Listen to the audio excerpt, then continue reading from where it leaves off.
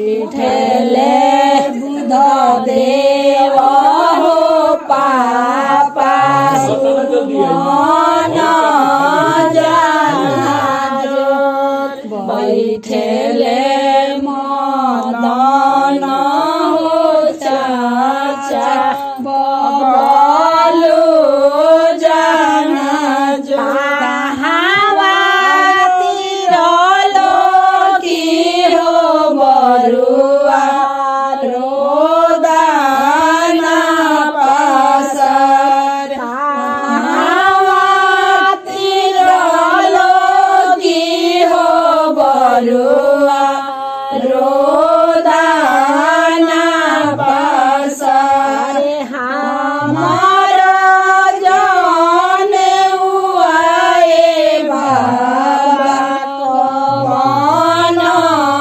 विधिल अरे हमारा जाने हुआए बाबा कौन विधिल देवो सूजी के डांडा तल मेरी गाछा अरे तब जोड़े परी है बरुआ पियर जने अरे तब जोड़ी परी है बरुआ पियर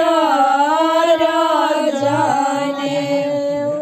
प्रणाम आ धन्यवाद ई वीडियो देखला खातिर। हमार काम यदि रउआ पसंद आवता तो हमार चैनल के जरूर सब्सक्राइब करी और संगे संगे नोटिफिकेशन वाला घंटियों दबा दी। हमार चैनल पर भोजपुरी लोकगीतन के सुनी आ आनंद ली। हम रोज एगो वीडियो के संगे हाजिर बनी। धन्यवाद।